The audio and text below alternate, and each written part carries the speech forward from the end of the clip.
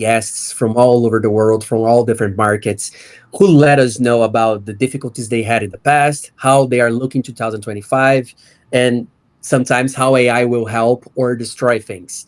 But today I saved something really special for you because not only do we have a leader of this market here, which is Dickman. How are you doing, Dave?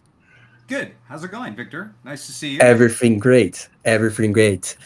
So again, not only do we have Dave here with us, he used to be the CEO of Tagger Media, an influencer marketing SaaS platform, which I worked with. So Dave and I are already acquainted. And today we just want to talk about influencers, influencer marketing, everything that Dave has to share. You can follow him on all of the links down below in the description, which you already know. But for now, let's just start by asking Dave, who are you? How, that's a that's a tough question. it Well, is. first of all, I'm beaming in live from Los Angeles, which has had a crazy week. So It has. And are you safe? yeah, I was safe. Well, Great to a lot know. of people lost a lot of things, so we're kind of rebuilding, trying to get that all going. But yes, as Victor said on the influencer marketing, I'm not coming from a cannabis gummy or a lotion or potion company. I'm from the glamorous world of influencer marketing. Um, and for those of you that are interested in that category of space, obviously it's been emerging for some time now, but it's pretty front and center in terms of the creator economy. When we started out, I guess 8 or 9 years ago, it was still a relatively new category. So a lot of the media Yes. and folks we talked to, we had to talk about why influencer marketing was important or what the return on investment. Had I to think educate people. yeah, and those days are gone. Now it's sort of what's your value prop? How can you help my business drive results type of thing versus trying to sell what influencer marketing was. And for me, as Victor teed up, I've been in media, and my career I started in broadcast TV, then went to cable when that became sort of A emerging. thing. I went into digital with Yahoo in the day. I went into music streaming with Apple. I ran the global group for iAd, which was Apple Music ads. I've also done some studio work at Warner Brothers here, and then I was successful at a couple of startups. We had one that was more of an agency model. I did that for a few years, and then I had a business partner at Tagger. I jumped in as CEO, and for me, it was recognizing it was still kind of a media execution, a paid media execution, because marketers are following the eyeballs, and so I saw that Yeah. with well, all these things I just described to you, you could see, and so influencer marketing was still forming. It was probably the most complicated because it's all, as you know, Victor, it's all the platforms and all the measurements. Are So it was a little bit of a soupy mess, and there's massive opportunity in terms of unraveling that for marketers. Everybody's trying to figure out the space. How do I get started? You have people who are just starting out and folks who are spending 80% or 100% of their marketing budget on influencer that are yep. subject matter experts, right? So it wasn't unfamiliar in terms of talking to agencies and brands and clients. It was just a learning curve for everybody as we're and that's the fun part is helping build a category and an industry. Yeah, no, you were talking about how it was, and I remember because I was a sales guy for you, right? So I was at the meeting talking and trying to convince people in order to go Yeah, for the influencer marketing hub. And I remember we were talking about 2020 here, so 5 years ago, yeah, and it wasn't as it is today, right? Today, as you say, it's already decided that influencer marketing has to be a part of the mix. Right yes. there, it wasn't all that clear. Now, Dave, of course, a lot of things have changed. Now we have several different technologies that weren't available in 2020, Yep. AI being one of them. And when we're talking about content specifically, and Google, for example, when pushing a little bit to SEO, Google loves human written content just like it loves authenticity. Do you see a similar expectations for the companies nowadays when they are talking about influencer marketing, or which now is my view in terms of Brazil, do you see that the market itself has become a little bit oversaturated by the offer of influencers that we have, and thus it's a really harder market nowadays? So a couple of things on AI. To me, the obvious area it can support is if you're going to a piece of technology to broker your influencer marketing, the workflow can be complicated. It's a very Yeah, literal, like putting in filters, hiring people, paying them all. There's a world where AI helps that tremendously, where you just sure, ask it to present 100 influencers that have audiences that look like this, and then could you craft an email to invite them to the campaign? So all of those steps that were just manual, that can really take out a lot of the friction in the workflow piece, which I think is sure. significant. And I do think it depends who's been in it. There is some fatigue around the industry. I think if you're for example, if you're a gaming client, instead of going after influencers that are gamers, you might find somebody that's a sports enthusiast, but when they talk about gaming, they get a really strong engagement rate. So you are able to identify other influencers that might not be in that endemic category because they've been the same 50 people are hired by the same 50 companies. So it gives you the ability to kind of, depending on what your strategy is, but more importantly, it gives you the ability to craft your strategy, right? Draft your strategy, put in different inputs, take a look at what other people are doing, what's your competitive set, who's already talking about your brand. There's a number of things you can do. Yeah, and I remember we had a feature at Tagger which was the lookalike influencer, right? We would put Yeah, a pro, then it would show us lookalike influencers for a market or a category. yeah. And you're saying that this would have changed, right? Because we Yeah, have as you people said, from the platforms are different. Like TikTok, yeah, that obviously here in the U.S., that's um, uh, looking to sunset in some capacity by the this weekend on Sunday. But we've also seen their history was in Musically. I don't know if you remember. It's like I feel like another platform will emerge over time in always, yeah, the mix, right? This we you predated Snap, right? Snap's come oh, in, and I think a lot of people. Meta had a big anchor in this category, and for Snap sure. came in, everybody else. So it'll be always moving forward because you're driving culture and different demographics. Yeah, and you mentioned Meta. I was gonna ask you about the platforms, the current state of social media, and how it is, because at least what last week we Mark Zuckerberg hit the regarding freedom of speech Yes. on social media platforms. And then you have Elon already super active in this conversation. But overall, I'm also seeing a rise of people denying the use of social media, Hmm. where the internet is spreading us apart more and more, where people don't know how to socialize anymore because of social media. You have younglings who they know how to flirt online, but they don't know how to flirt in person. It's a real thing. Yeah. So Yeah. the market itself has changed so much, right? So much. And then, of course, I could ask you right now, hey, Dave, with the evolution of the social media platforms, which one do you think holds the most influencer base or the most profit for influencers? But maybe next week, It's going to change. Jeff Bezos can release a I new would say social media. it's an obvious. Instagram's always had a big anchor in Of this course, space, so they're not gonna that'll probably benefit them. But like we said, TikTok was starting to displace a lot of that business, and also when you think about the addressable market for it, it's been growing, so there's room it for is. all of these players because more money's flowing in. But I do think it's a little bit of that if you're a marketer and you're hiring influencers for their audience, you have to really vet that they're a solid citizen or they're representing your Mm. brand in the right way. And have they done anything mischievous in the past that might impact your brand? Hurt? So, Yeah. there's a lot of, you need the data, but you have to be able to research who you're working with. And ultimately, if they do a good job for you, whatever you're measuring, you want to hire them again, right? And so that you're not doing this, you build some longevity and a bench of creators that work well and know your brand. Yeah, well, makes sense. Makes a lot of sense actually. Right now, we all know, at least those who are watching us will know now, but Tiger Media, the company that Dave and I work together, is now a part of another company.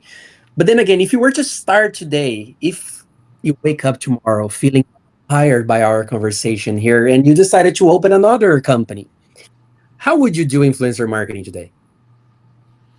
Interesting. I think there's enough working knowledge that having some subject matter expert in house is really Yeah, valuable. true. And it doesn't have to be an overly senior role, just somebody who really knows the space. And it could be one individual within a social media team. I think that's really critical to have that institutional knowledge. And then when you're working with platforms and technology, it just goes a lot faster and people know how to what they're looking for and what the competition's doing and where they're going to either go where the competition is or go where they're not or whatever strategies work best. But I do think you need some in-house knowledge in the space. Yeah, and talking about knowledge, talking about getting in touch with the influencers. Me working as a salesperson, I have the same, but then I'm the influencer talking to people, right? I have to sell, I have to influence them through cold email, cold call, cold outreach to make sure that they like me. And this always comes with a lot of personalization, which is something that I'm also seeing becoming more and more important in the influencer market. Because before, at our time, for example, I remember clear as day, you could hire an influencer. I still think it's the same day, but with a package of 4 stories, 2 reels, one post, Right. and sorry, and they only had to meet certain requirements. They had to talk about the water bottle, show it for 3 seconds. Of course, it always depends on the company, but again, Right. more money, more expensive influencers, higher expectations in terms of the delivery of those influencers. Is the USA also following this trend of personalization across such people? And if so, have you seen any cases recently where it worked? What do you think about it? Is it necessary? Is it time costing? Is it time saving? What are your thoughts about this? I mean, I would say if you're hiring, if you found interesting creators that you want to work with, it feels like the trend is to put less restrictions or requirements on how they present your product or service because presumably their audience they built up because they have a certain dynamic or personality on how they do things. And if you're going to hire them, you almost have to let them do it the way they do it because it resonates with their audience versus Sure. making a list of. And I think there's been some relaxation in that regard with brands because people are seeing all kinds of brands and influencer now. You've got luxury goods and everybody's it's not a bottom feeding proposition anymore, right? And so Yeah, I agree. I think the savvy brands that do it let the creator personalize it, do it on their own terms, how they might do it, and maybe there's some light edits. And again, the smarter creators are producing their content for the different platforms. So what you produce for YouTube would be different than what you post on TikTok or Instagram, and I think the market has evolved so much. There's so many creators that already know how to do this. They have the Yeah. tools. They know they can just sort of understand your brand. They would look at your product or service and say, my audience would really like this. I think they would think this is funny or interesting or helpful. If they don't think that, a lot of them will turn the business down because they don't want to upset their audience. Because if people know you're dialing it in or you're faking it, then you start to lose authenticity as a creator. Yeah, and again, the same as SEO. You were mentioning about the content itself, how much tool they have nowadays. And folks that are watching, I'm really sorry for coming back when I worked at Tagger, but it is the common ground we have here. But at the time that I was at Tagger, IGTV was just released. Do you remember this? Wait, It's what not was just released? IG, Instagram TV. Yes. Yes, I Remember, do it remember that. wasn't called Reels. Yes. It wasn't as Yep. big as it is today. I remember And that. I even remember customers asking about, oh, does the platform handle IGTV? It had several guidelines still. But then afterwards, what we saw was a big push for these types of content, the short, the reels. Yep. Yeah, because the story is still personal and goes out after 24 hours, but then you have the reel. And you already can see some studies showing that depending on the market, the audience prefers much more a content that is in the format of reels than a full 10 minutes YouTube video, right? Right. Because again, we are not there's so much to do nowadays. you can browse different apps, you can game wire on the street, you can do so much stuff that you couldn't nowadays, that we need content to be faster. But this also begs the question about how much effort do you put in quality, ensuring that you are hitting the specific target that you're looking for. So my question for you is, as you said, you've been working with broadband, with Apple Music, for example. You worked across several different companies. You saw media changing all the time. Yeah. I, I don't think I will be disrespecting you when I say that you saw the birth and the death of CD, for example, Yeah. right? Yeah. It was a media that everybody wanted, DV players, CD players, and now nobody even's buying physical games anymore in video games. So it is an ever-changing industry. But even so, with everything that we're talking about, especially attention span, do you still believe that this is the way to go? Uh, do you still believe that companies should focus more on the short content than the long term content? Because at the same time that I'm seeing people getting more stressed out with long content, I'm also seeing people getting stressed out by not having the answers they want. Right. You, short contents don't give out the answer Yeah. Yeah. because of No, time. I think you have to meet the audience where they are. So if I have a product or service that requires a little more in-depth something, maybe YouTube's the better play because there's a more of an appetite for longer form content on that platform. Hmm. And then maybe you prioritize the one or two areas for how you're pushing out your Instagram content. But I do think it's important you meet that audience wherever they are, meaning in terms of the quality. Maybe if you're on Snap, people want some kind of fun-loving scribble, but you're still staying authentic to your brand. But if you don't present it that way to that audience, you look out of touch, not Yes. relevant. So you really kind of have to. You're relying on the creators to help your brand to Yes. figure that out. Word of mouth. Yeah, I agree. When I was starting last year, I started, no, 2 years ago, sorry, I opened up a virtual Apple store back in Brazil. So I was reselling iPhones, iPads, MacBooks. Yeah, And we just once we hired a local influencer from the city we were living in. And she was big at the city, but nothing besides that.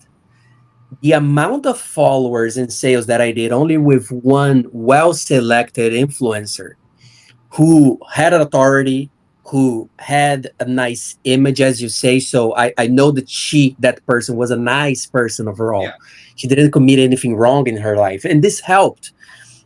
So we do know that influencer marketing is something bigger than it was when we worked together, and it will become bigger and bigger and bigger. But then, my la- you, okay. You got some water? mm-hmm. Mm. Sorry, Dave. That's okay. Awful. At least I finish up my line of thought. So, coming to the question, we know that you've been working in this market a lot. As I said, you've seen everything. What are your expectations for the future?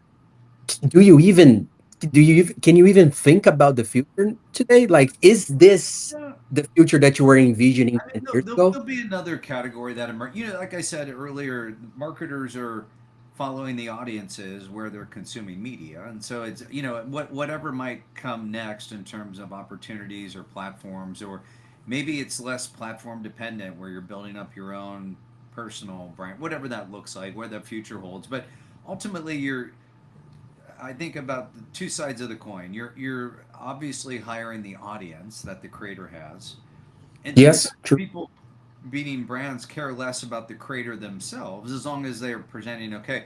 They're really just tapping the audience. Sometimes people want the creator to be on brand. If you're a movie studio and you have a premiere and they're going to physically be there, that's more critical to you as well as the Agree. audience. And so those are a couple of different things to look out for. But I do think when I was talking about that authenticity, when brands do it right, you have to kind of whatever their expectation is on that platform, present it that way. If you want to stand out, maybe there's some creativity. I think some of the influencer marketing agencies that do really well, those creative ideas and executions are becoming more important because it's a noisy space now and everybody's doing something there. But there's a lot of creative cleverness on the brief and some fun. If your Agree. brand warrants it, you can have a lot of fun with it and kind of make fun of yourself a bit. I think gone are the days where that would take away from your brand. It almost injects a personality, whatever that is, whether it's a sense of humor or some kind of snarkiness, whatever that is. But I think the marketing teams have a much more colorful palette to play with.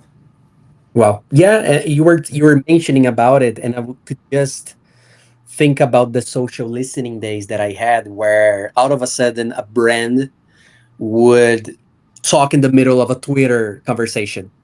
It's not new anymore, right? Companies Right. do this all the time. You have the social listening literally to show you what are people talking about. But what you're saying makes sense because back then it was way more strict. They were looking to be good guys. So it was more of an institutional reply, right? Right. Backed and vetted by VPs, executives, and so on. And now you have uh, back in Brazil, you have Burger King mentioning McDonald's over Twitter Right. to do a campaign, and then you have an influencer who did something wrong, for example, in their outside life, but that wrong wasn't as wrong as we really say that I think is bad. They just I don't know, they just said a bad word live.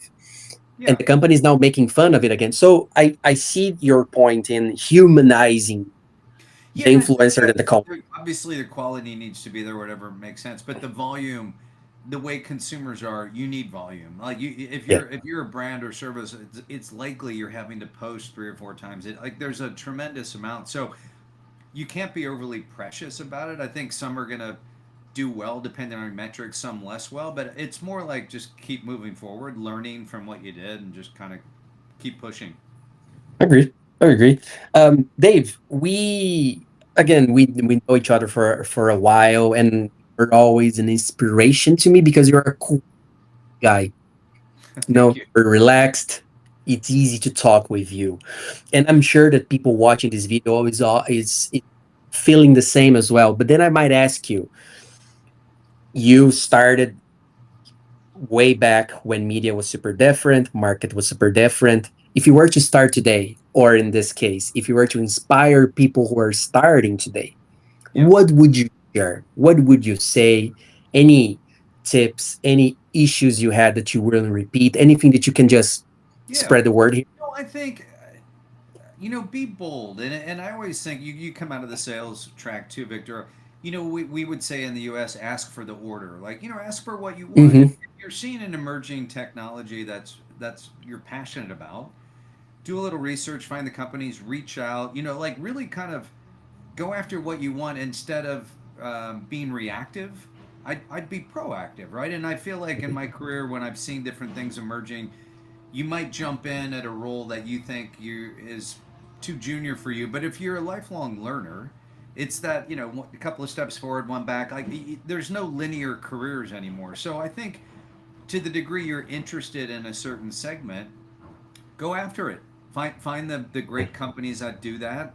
Jump in there, learn, figure out an entry point, ask for what you want, and keep it going. Because even interviewing lots of people over my tenure and careers, I'm always surprised at how many people don't after you go through a series of interview, don't end the interview after a series when it's appropriate to say, I'm super excited, I'd love to work here, let me like ask for Yeah, that order. And it's not even a sales role. I feel like any role, like if you're in product or market, I just because people want to know that you're excited about the category and that agree. company specifically. Yeah, and so ask and present that.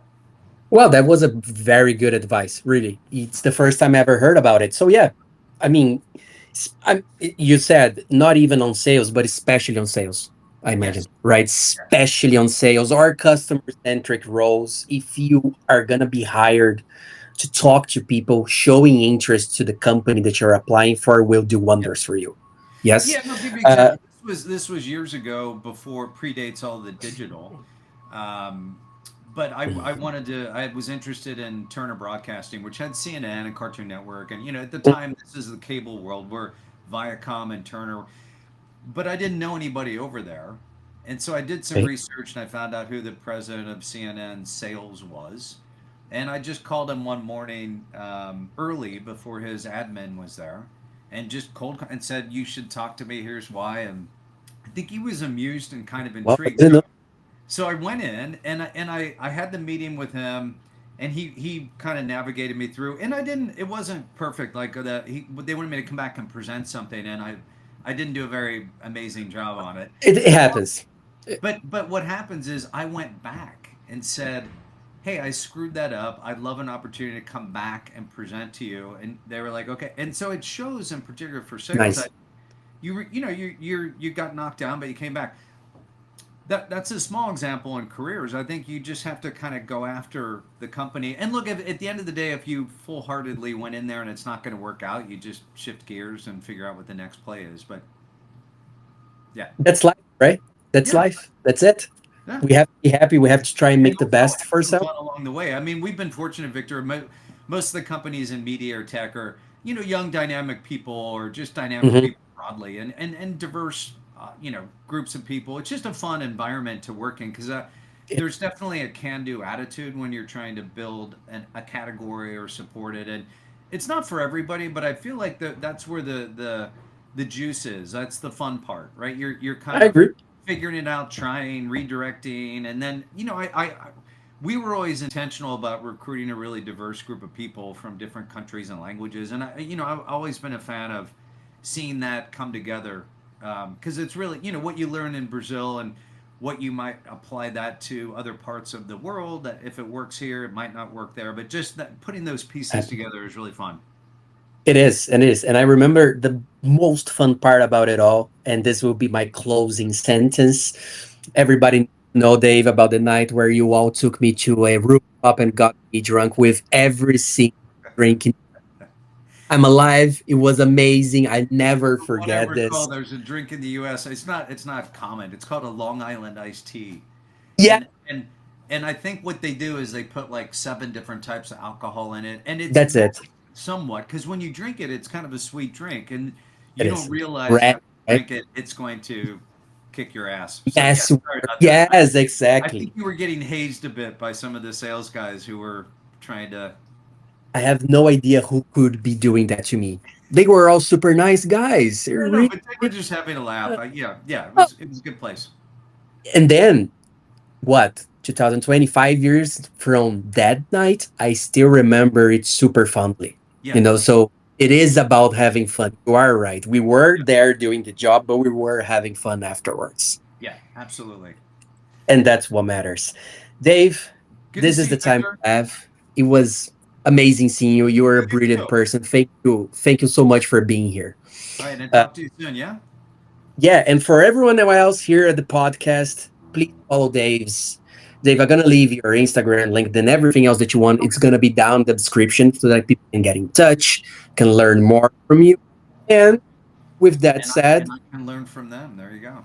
exactly, that's the beauty of life. Yes. With that said, this has been Victor with Dave. Okay, Dave, thank you so much. All right, talk See to you later, you, Victor. my friend.